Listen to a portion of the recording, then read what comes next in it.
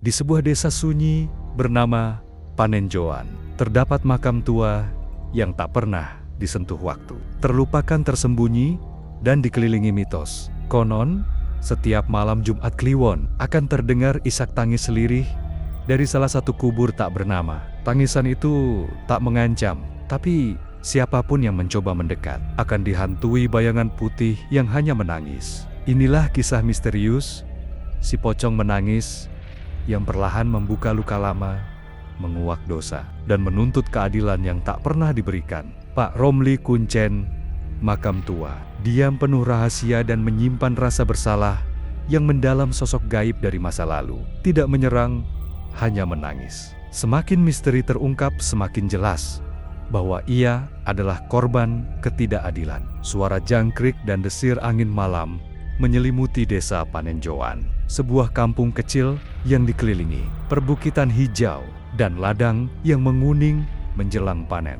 Hari itu adalah malam Jumat Kliwon. Yani, seorang wartawan lokal yang baru pindah ke desa itu karena tugas liputan budaya dan kepercayaan masyarakat pedesaan. Belum tahu apa-apa tentang sejarah kelam desa tersebut. Ia menyewa rumah kayu kecil tak jauh dari kaki bukit tempat warga percaya sesuatu tinggal. Malam pertamanya terasa biasa, hingga tepat pukul 12 malam terdengar suara isak tangis, bukan jeritan, bukan lolongan, tapi tangisan lirih, seperti seseorang menahan rasa sakit luar biasa. Awalnya Yani mengira itu suara hewan malam, tapi saat dia membuka jendela, tidak ada apa-apa. Hanya arah bukit yang gelap dan angin dingin yang menusuk. Keesokan paginya, Yani bertanya kepada tetangganya, Bu Sari, seorang ibu paruh baya yang dikenal cerewet namun baik hati. Bu, semalam saya dengar ada yang nangis dari arah bukit. Itu suara apa ya? Wajah Bu Sari langsung berubah pucat. Suaranya merendah. Kamu dengar juga, Nak? Waduh, kamu jangan banyak tanya soal itu. Sudah jadi kebiasaan lama. Setiap malam Jumat Kliwon memang suka ada suara tangisan dari arah makam tua. Kami biasa sebut suara dari sana. Dari makam? Iya, tapi bukan semua makam. Ada satu kubur tanpa nama yang katanya dihuni pocong. Tapi dia tidak marah, tidak menyerang. Dia hanya menangis, seperti orang yang tak pernah didengarkan. Yani mencatat semua itu di buku kecilnya. Rasa penasaran mulai tumbuh. Ia memutuskan untuk menyelidiki sendiri. Malam berikutnya, ia membawa perekam suara, berjalan perlahan ke arah bukit, melewati jalan setapak yang dipenuhi ilalang. Semakin dekat ke makam tua, udara terasa lebih dingin, dan dunia seolah menjadi sunyi. Tiba-tiba, rekamannya menangkap suara lirih. Hah, maaf. Isak tangis terdengar jelas. Dan saat Yani menoleh ke kanan, di antara dua batu nisan tua, ada sosok putih berdiri. Tidak bergerak, wajahnya tertutup kain. Tapi dari celah lubang matanya, air mengalir pelan. Pocong itu menangis. Yani tak mampu bergerak, badannya kaku. Tapi sesaat sebelum pingsan, ia mendengar suara lirih namaku. Kembalikan namaku. Layar hitam, episode pertama pun berakhir dengan penuh misteri. Keesokan paginya, Yani terbangun dengan tubuh menggigil dan keringat dingin membasahi lehernya. Ia tak ingat bagaimana ia pulang, tapi perekam suara di sakunya masih menyala. Ketika diputar, suara tangisan itu terdengar sangat jelas. Tapi yang membuat bulu kuduknya berdiri adalah satu bisikan pelan di akhir rekaman. Jangan biarkan aku dilupakan. Yani kembali menemui Bu Sari. Bu, makam yang di bukit itu, ada yang tahu siapa yang dikubur di sana? Bu Sari ragu. Tatapannya menerawang jauh. Itu makam lama, Nak. Udah puluhan tahun, tapi nggak pernah ada papan nama, nggak pernah diziarah. Hanya Pak Romli yang pernah ke sana. Pak Romli Kuncen, makam tua, orang tertutup yang jarang bicara. Tinggal sendirian di pondok kayu di pinggir desa. Yani memutuskan untuk menemuinya. Pondok Pak Romli dikelilingi semak belukar. Ketika Yani mengetuk, seorang pria tua keluar, matanya tajam, tapi letih. Pak Romli, saya Yani, wartawan. Saya ingin bertanya tentang makam tak bernama di bukit. Pak Romli menatapnya dalam, lalu berkata pelan, sudah lama tak ada yang ke sana. Banyak yang mencoba, tapi mereka selalu sakit setelahnya. Apa kau juga mau ikut seperti mereka? Pak, saya dengar suara tangisan, dan saya lihat pocong. Wajah Pak Romli berubah, tak marah, tapi seperti orang yang menyimpan rahasia bertahun-tahun. Ia duduk perlahan di bangku kayu, lalu berkata, dulu ada satu jenazah yang dikubur tanpa nama, tanpa upacara, tanpa doa. Saya disuruh kepala desa waktu itu. Tidak tahu siapa dia, hanya mayat seorang perempuan muda yang ditemukan di sungai. Sungai, ya, tubuhnya masih utuh, tapi matanya terbuka, seperti belum ikhlas. Yani mencatat setiap kata. Teka-teki mulai terbuka. Siapa perempuan itu? Kenapa dia dikuburkan seperti itu? Pak, apakah tidak ada usaha untuk mencari tahu siapa dia? Waktu itu, desa sedang dilanda banyak fitnah. Kepala desa ingin semua cepat selesai. Dan saya hanya menurut. Yani tahu, ia harus kembali ke makam itu. Tapi kali ini, bukan hanya dengan perekam, ia harus mencari jejak masa lalu dan mengembalikan nama yang telah dihapus. Bayangan pocong menangis masih membekas dalam benaknya, dan bisikan lirih itu tak pernah hilang. Namaku, kembalikan. Malam kembali turun di desa Panenjoan. Yani menatap kain kafan yang ia temukan tergantung di pagar rumahnya.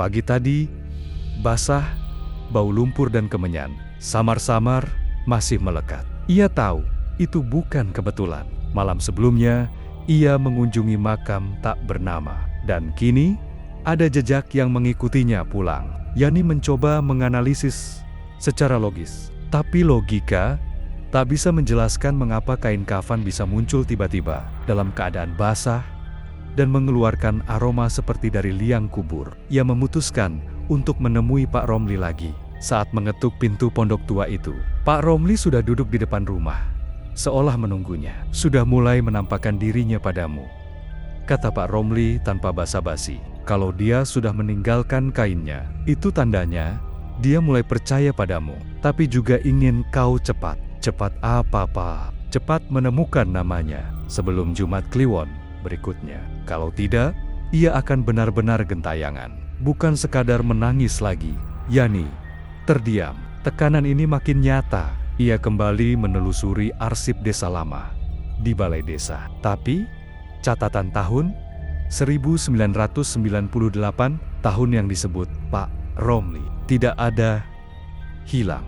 Saat itu, Bu Sari muncul membawa kotak tua. Ini dari almarhum suamiku. Dulu dia pernah kerja bantu-bantu di balai desa. Dia simpan ini karena takut ketahuan. Kotak itu berisi berkas-berkas tua. Salah satunya, akta kematian tanpa nama. Tertulis, perempuan kira-kira usia 20-23 tahun.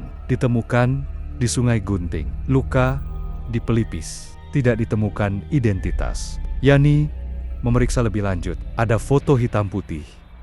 Usang, seorang perempuan muda dengan sorot mata kosong. Dan di balik foto itu, tertulis dengan tulisan tangan R. Bu, tahu siapa ini? Bu Sari menutup mulutnya. Matanya mulai berkaca-kaca. Itu kayak anaknya, Mak Jumirah. Tapi dia udah lama pergi dari desa. Anaknya dibawa kabur sama lelaki kota. Katanya hamil di luar nikah. Waktu itu, aib besar.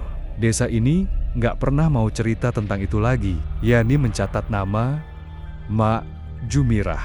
Malam itu, Yani kembali ke makam. Tapi kali ini, ia membawa foto itu. Ia berdiri di depan makam tak bernama dan meletakkan foto di atas tanah. Dari balik kabut, sesosok putih muncul perlahan. Pocong itu tidak menakutkan. Ia gemetar. Tangannya terangkat, menunjuk foto itu. Air mata hitam mengalir deras dari matanya. R.S. bisiknya lirih. R. Atna Sari. Yani terdiam. Untuk pertama kalinya, ia mendengar namanya. Ratna Sari. Tiba-tiba, tanah di bawah nisan retak perlahan. Dan dari sela-sela retakan itu, muncul ujung kain kafan. Masih basah dan mencengkram ujung kaki Yani. Gelap. Pagi itu, kabut belum benar-benar pergi saat Yani melangkahkan kaki menuju ujung desa. Rumah Mak Jumirah berdiri terpencil di bawah pohon waru tua, tampak lapuk dan nyaris rubuh. Konon, setelah anak perempuannya menghilang 20 tahun lalu, Mak Jumirah hidup menyendiri. Ia mengetuk pintu 3 kali. Tak ada jawaban, tapi daun pintu bergoyang perlahan, terbuka sendiri. "Permisi, Mak, saya Yani. Wartawan dari majalah daerah ingin bicara soal Ratna Sari." Dari dalam rumah gelap itu, suara serak tua menjawab, "Kenapa sekarang? Kenapa bukan 20 tahun lalu?" Mak Jumirah duduk di atas dipan kayu, matanya keriput, tapi tajam. Di pangkuannya, ada sebuah boneka kain lusuh. "Kau temukan makamnya?" Yani mengangguk perlahan. Dan dia sudah mulai menunjukkan dirinya. Yani kembali mengangguk. Mak Jumirah menghela napas panjang, lalu mulai bercerita. "Ratna, anakku satu-satunya, lahir dari rahim yang ditinggal bapaknya. Tapi dia gadis baik, sampai dia jatuh cinta pada lelaki yang salah. Namanya Arman, orang kota yang kerja di proyek jembatan. Manis di mulut, busuk di hati." Mak Jumirah menggenggam boneka itu erat-erat. Waktu Ratna bilang dia hamil, aku marah. Tapi bukan karena malu, Yani.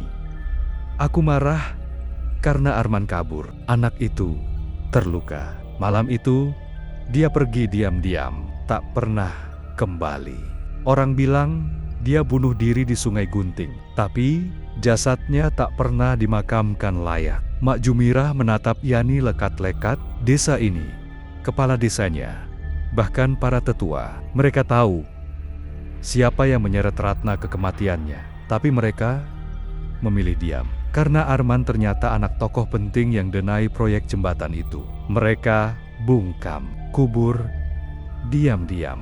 Tak ada nama, tak ada doa. Yani merasa tenggorokannya tercekat. Semua ini lebih dalam dari yang ia kira. Mak Jumirah berdiri perlahan dan menyerahkan sebuah kalung kecil. "Ini kalung Ratna. Aku yakin dia mencarimu bukan untuk menakuti, tapi untuk mengingatkan nama harus disebut, dosa harus dibuka. Hanya begitu ia bisa tenang." Malam harinya, Yani kembali ke makam. Ia letakkan kalung itu di atas tanah. Udara mendadak dingin dan suara tangis lirih kembali terdengar. Kali ini lebih jelas, seolah lebih dekat. Dari balik kabut, pocong menangis muncul kembali. Tapi malam ini ia menunduk, dan dari matanya menetes air hitam bercampur darah. Ia menunjuk kalung itu, lalu menunjuk nisan kosong. "Tulis namaku, Ratna Sari." Yani berjanji dalam hati, ia akan mengungkap semuanya.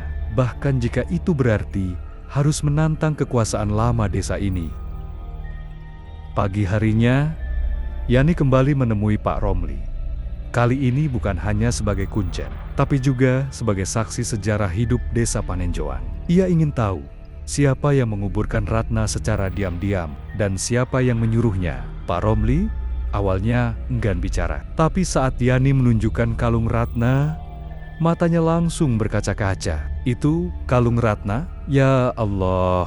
Dengan suara parau, Pak Romli membuka lemari tuanya, mengeluarkan sebuah kotak kayu tua yang diikat dengan tali hitam. "Ini pusaka yang dulu diserahkan kepala desa sebelum pensiun. Aku tak pernah berani membukanya." Yani membuka tali itu perlahan. Di dalamnya ada buku catatan tua, beberapa foto hitam putih, dan sebuah stempel besi berukir kepala kerbau, simbol kekuasaan desa tempo dulu. Yani membuka halaman pertama. Di sana tertulis daftar nama-nama dan tanggal kematian. Tapi ada satu entry yang dicoret paksa dengan tinta hitam. "Ratna Sari, 12 Oktober tahun 2005. Kenapa namanya dicoret?" Pak Romli menjawab lirih, "Karena dia tak diakui. Kepala desa waktu itu bilang kalau sampai nama itu muncul, bantuan proyek dari kota akan dibekukan. Karena Ratna adalah aib yang bisa membuka borok keluarga Arman." Yani menggenggam buku itu erat. "Ini bukti. Aku akan bawa ini ke kantor kecamatan. Dan Ratna akan punya nama di nisannya malam harinya. Saat Yani kembali ke makam, membawa catatan dan salib kayu bertuliskan Ratnasari, pocong itu kembali muncul. Tapi malam ini, ia berdiri lebih dekat dan menangis lebih keras. Dari balik kabut, satu sosok baru muncul. Arman, dalam wujud bayangan hitam dengan wajah tertutup lumpur. Pocong menangis menunjuknya, lalu menunjuk tanah. Yani merasakan tanah di bawahnya bergetar. Sebuah suara bisikan masuk ke telinganya. Kebenaran belum selesai.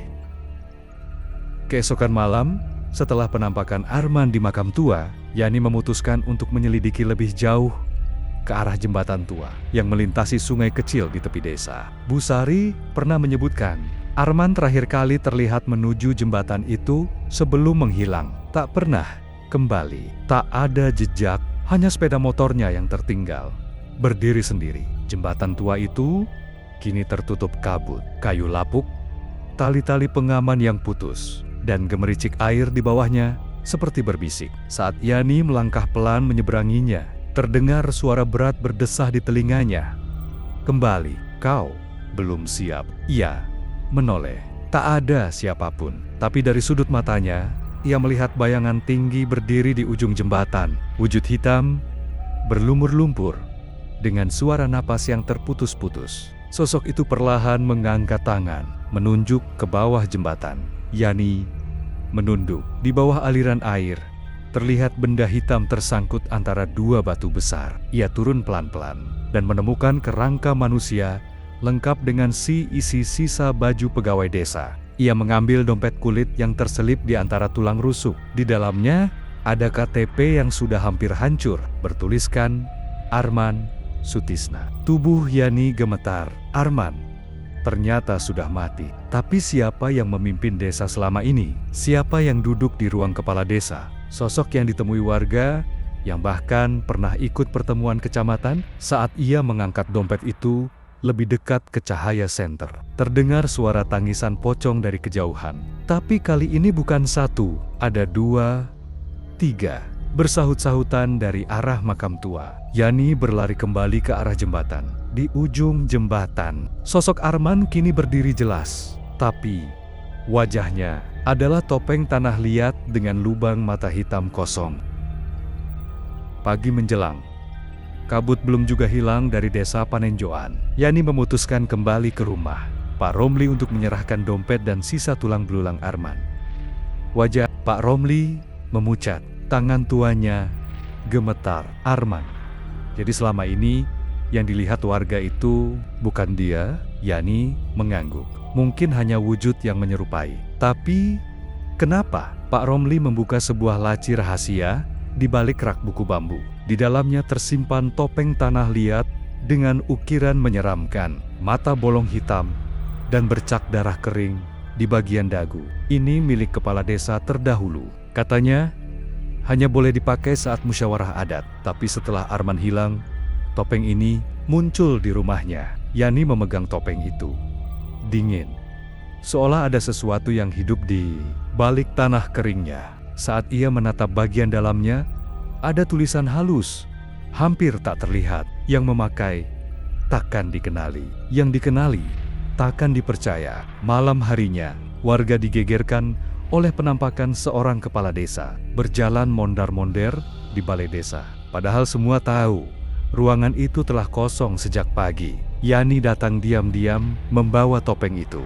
Ia menyelinap ke dalam, dan di sana duduk sosok yang sangat mirip Arman, tapi tubuhnya pucat seperti kapur. Saat Yani masuk, sosok itu berdiri perlahan. "Kenapa kau bawa itu?" tanyanya dengan suara berat. Yani tak menjawab. Ia hanya mendekat, lalu meletakkan topeng itu di meja. Sosok itu mulai mengejang.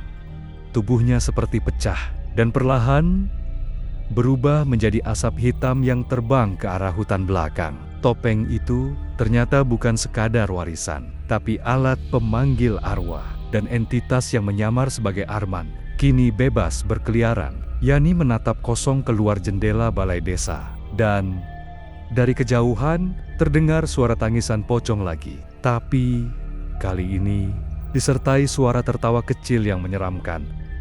Setelah peristiwa topeng dan asap hitam di balai desa, malam berikutnya, Yani kembali mengunjungi makam tua. Kali ini, ia ditemani Pak Romli dan membawa sesajen kecil. Kabut makin pekat, namun suara tangisan telah berubah. Bukan hanya isakan, tetapi juga tawa lirih seperti anak-anak. Mereka tiba di gerbang makam yang telah lama ditutup rantai besi berkarat. Namun rantai itu kini terlepas, menggantung seperti digerogoti waktu. Yani hendak melangkah, tapi tiba-tiba dari balik kabut muncul seorang anak kecil, kira-kira berusia 6 tahun. Rambutnya panjang, menutupi wajah, dan mengenakan pakaian putih dekil. Ia berdiri diam, lalu berkata pelan, "Kak Yani, jangan masuk. Nanti kakak juga menangis seperti mereka." Yani terdiam. Pak Romli memucat. "Siapa kau?" tanya Yani. Anak itu mengangkat wajahnya perlahan. Wajahnya pucat, matanya kosong seperti tak berbola. Di dahinya ada bekas jahitan panjang. "Namaku Darsi. Aku yang dikubur paling pertama." Saat semua mulai dibungkam, ia menunjuk ke dalam makam, tepat ke sebuah batu nisan retak tanpa nama. "Kuburku ada di sana." Mereka semua melihat, tapi tak berani bicara. "Karena itu aku dijadikan penjaga, agar yang hidup tak ikut dalam kematian mereka." Yani perlahan melangkah maju, tetapi Darsih tiba-tiba melompat dan berdiri di hadapannya, menatap tajam. "Kakak bawa sesuatu dari orang jahat. Topeng itu harus dikubur sebelum yang di dalamnya memakai tubuh kakak." Yani menoleh ke Pak Romli. Ia mengangguk pasrah. Mereka menggali lubang kecil di dekat nisan tanpa nama, lalu mengubur topeng tanah liat itu di sana. Saat tanah terakhir ditimbun, angin berhenti berhembus. Sunyi. Darsih tersenyum, lalu berbalik masuk ke kabut. Tapi sebelum menghilang, ia berkata lirih, "Jika ingin tahu siapa yang mengurung kami, cari buku hitam di rumah yang tak pernah dibuka." Pagi harinya, Yani terbangun dengan perasaan ganjil. Mimpinya dipenuhi suara Darsih yang terus mengulang, "Rumah yang tak pernah dibuka, rumah yang tak pernah dibuka." Yani pun mendatangi Bu Sari yang sedang menyapu halaman depan warung. "Bu, ada rumah tua yang gak pernah dibuka di desa ini?" Bu Sari diam sejenak. Wajahnya langsung berubah pucat. "Ada. Rumah Pak Lurah yang lama. Sejak istrinya meninggal tiba-tiba dan anaknya hilang, rumah itu dikunci rapat, gak ada yang berani sentuh," katanya angker. Yani meminta ditunjukkan rumah itu. Letaknya di ujung desa, tertutup pagar besi berkarat dan dipenuhi ilalang. Jendelanya gelap dan dindingnya penuh lumut. Dengan dorongan rasa ingin tahu yang membara, Yani melompati pagar dan masuk lewat jendela rusak. Suasana dalam rumah sangat pengap. Bau busuk dan debu memenuhi udara. Di ruang tengah, ada lukisan keluarga tua, Pak Lurah, istrinya, dan seorang anak kecil Darsih. Ia menyusuri koridor belakang dan menemukan sebuah lemari tua. Di dalamnya tersembunyi sebuah buku tebal berkulit hitam, sangat tua dan rapuh. Halaman pertama bertuliskan, "Catatan Kepala Desa Panenjoan. Rahasia tidak untuk dibaca." Dengan tangan gemetar, Yani membuka lembar demi lembar. Isinya mencengangkan. Pengakuan tentang ritual gelap yang pernah dilakukan oleh beberapa tokoh desa, termasuk Pak Lurah dan Mak Jumirah. Mereka pernah melakukan ritual pengunci. Arwah mengorbankan anak-anak untuk menutup aib desa. Nama terakhir di daftar korban, Darsi. Tiba, lampu minyak di sudut ruangan menyala sendiri, dan dari arah kamar terdengar suara langkah kaki kecil menuju Yani. Ia segera keluar rumah membawa buku hitam itu.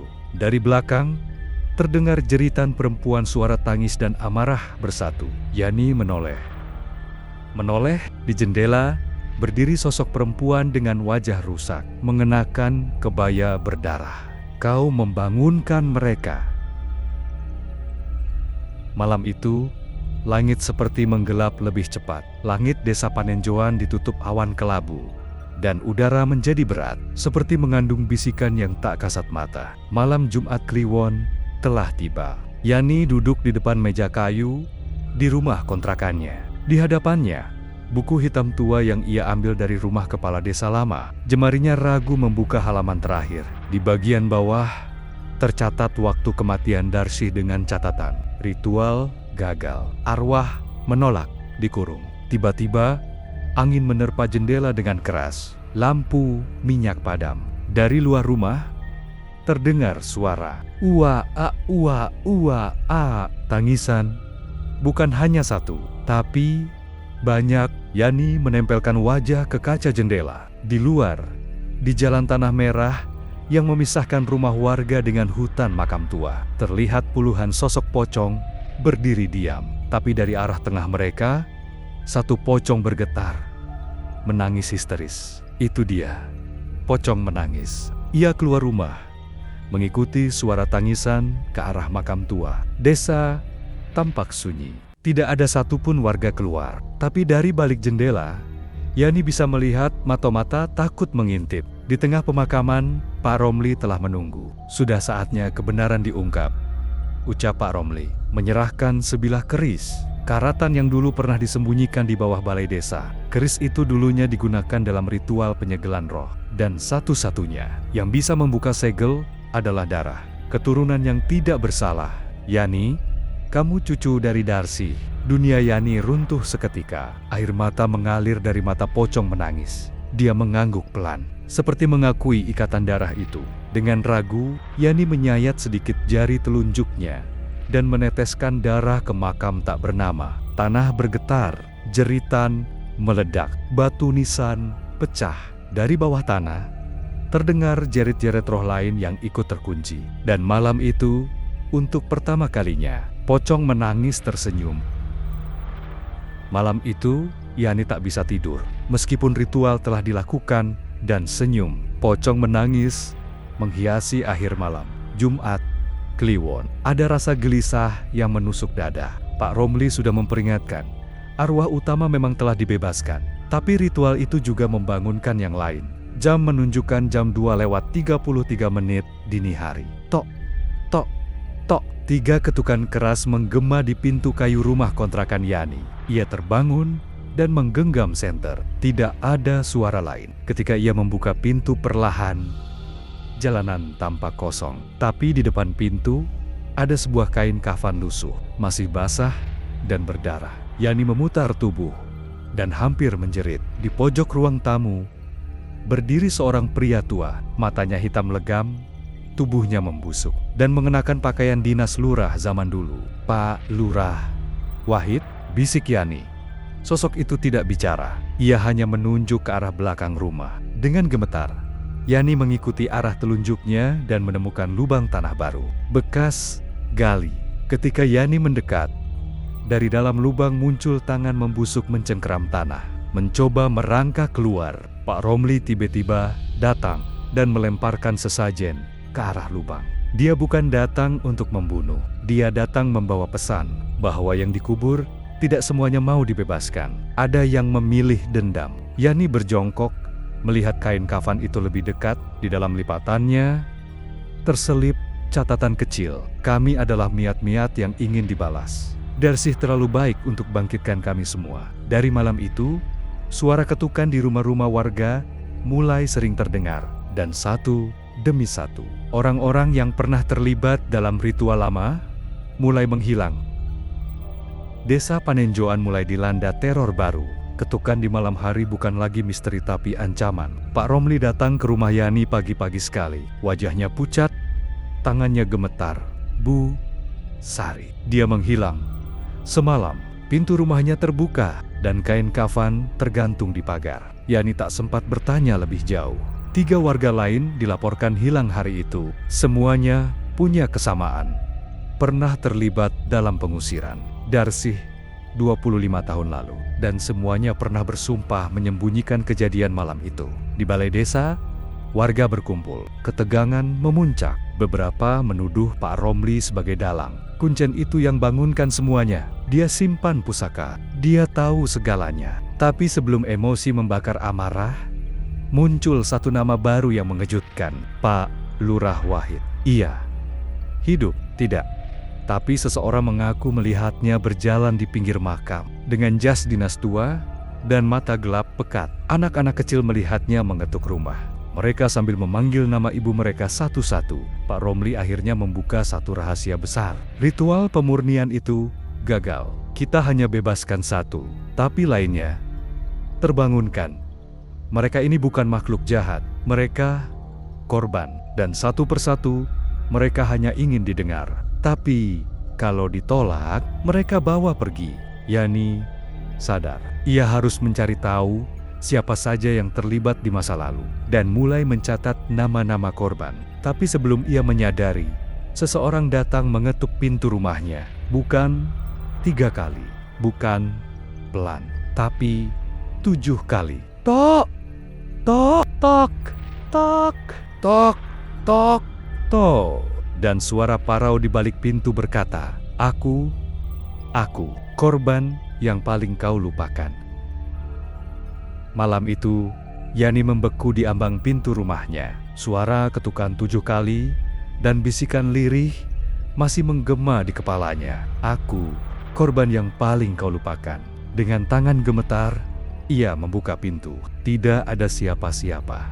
Hanya selembar foto tua jatuh di depan ambang. Dalam foto itu, tampak seorang gadis kecil mengenakan kebaya lusuh, berdiri di halaman sekolah tua yang kini sudah runtuh. Di belakangnya, berdiri sosok samar seperti kabut bayangan Darsi. Pak Romli yang datang beberapa menit kemudian, pucat pasi saat melihat foto itu. Itu Ratna, anak yang dulu dijadikan tumbal pertama. Tapi, tak pernah ada yang mengakui dia bukan warga sini. Dia hanyalah anak kecil yang dibawa dari luar oleh Pak Lurah Wahid dulu. Ternyata, Ratna adalah arwah pertama yang dibangunkan, tapi karena ia terlalu kecil, suaranya tak terdengar, keluhannya tak sampai. Yani sadar, selama ini mereka hanya fokus pada Darsi. Padahal, masih ada banyak korban yang lebih menderita. Malam itu, suara tangis anak kecil terdengar dari sekolah tua. Yani dan Pak Romli menyusup ke sana. Dinding penuh coretan kapur bertuliskan satu kalimat berulang. Aku pulang, aku pulang. Aku pulang. Di tengah ruangan kelas, tampak sesosok kecil berlutut. Rambutnya menutupi wajah, tubuhnya menggigil. Ia memeluk boneka lusuh. Saat Yani mendekat, suara kecil itu berbisik, "Kenapa tidak ada yang mencari aku?" Tangis Ratna membuat ruangan bergetar. Jendela pecah satu persatu. Lampu padam. Udara menjadi dingin beku. Pak Romli langsung membaca mantra pemulihan. Tapi Ratna hanya ingin dikenang. Ia tidak haus balas dendam. Ia hanya ingin disebut namanya, diakui sebagai korban. Yani memeluk boneka itu, dan dalam keheningan malam, berkata pelan, "Ratna, maafkan kami." Perlahan, suara tangis mereda. Bayangan di dinding menghilang. Cahaya kembali normal. Tapi sebelum mereka keluar dari sekolah tua, coretan baru muncul sendiri di papan tulis. Masih ada satu lagi. Dia paling marah. Suasana desa Panenjoan berubah drastis. Angin tak lagi berhembus lembut. Burung hantu tak bersuara. Langit seolah menghitam lebih awal dari biasanya. Yani duduk di ruang tamu. Rumah Pak Romli bersama Bu Sari yang datang membawa kabar buruk. Bayi tetangga hilang semalam. Hanya ditemukan guling berlumuran tanah di ranjangnya. Pak Romli menunduk dalam. Tangannya bergetar. Wajahnya kelam. Ini bukan lagi tangisan. Ini dendam. Yani memaksa Pak Romli bicara. Setelah semua yang mereka lalui, ia harus tahu siapa arwah terakhir yang disebut Ratna. Dan akhirnya Pak Romli mengaku Darsi bukan korban terakhir. Ia hanya yang paling dikenal. Tapi yang paling marah adalah ayahnya. Nama pria itu Sarkawi, seorang petani miskin yang anak dan istrinya dibunuh atas perintah Pak Lurah Wahid. Demi ritual kekuasaan, tubuh Sarkawi dibakar hidup-hidup di ladang. Setelah ia mencoba mengadukan kejadian itu ke pihak kabupaten, semua warga diperintahkan diam. Dan sejak itu, ladang itu tak pernah bisa ditanami lagi, tanahnya basah seperti daging. Pak Romli menyimpan potongan tulang jari Sarkawi sebagai jimat perlindungan desa. Tapi kini, jimat itu pecah sendiri.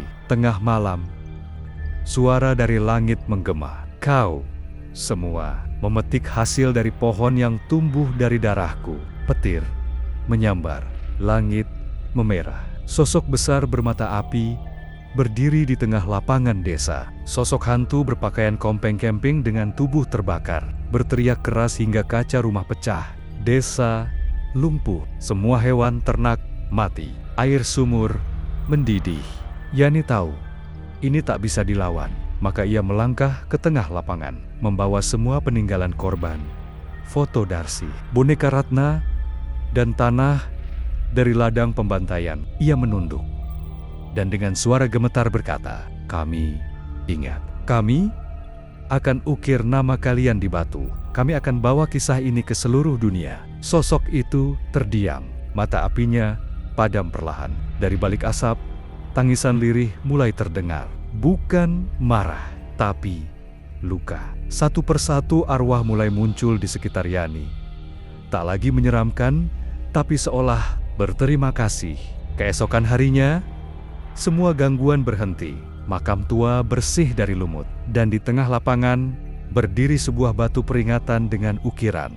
Untuk mereka yang dibungkam, kini kau didengar.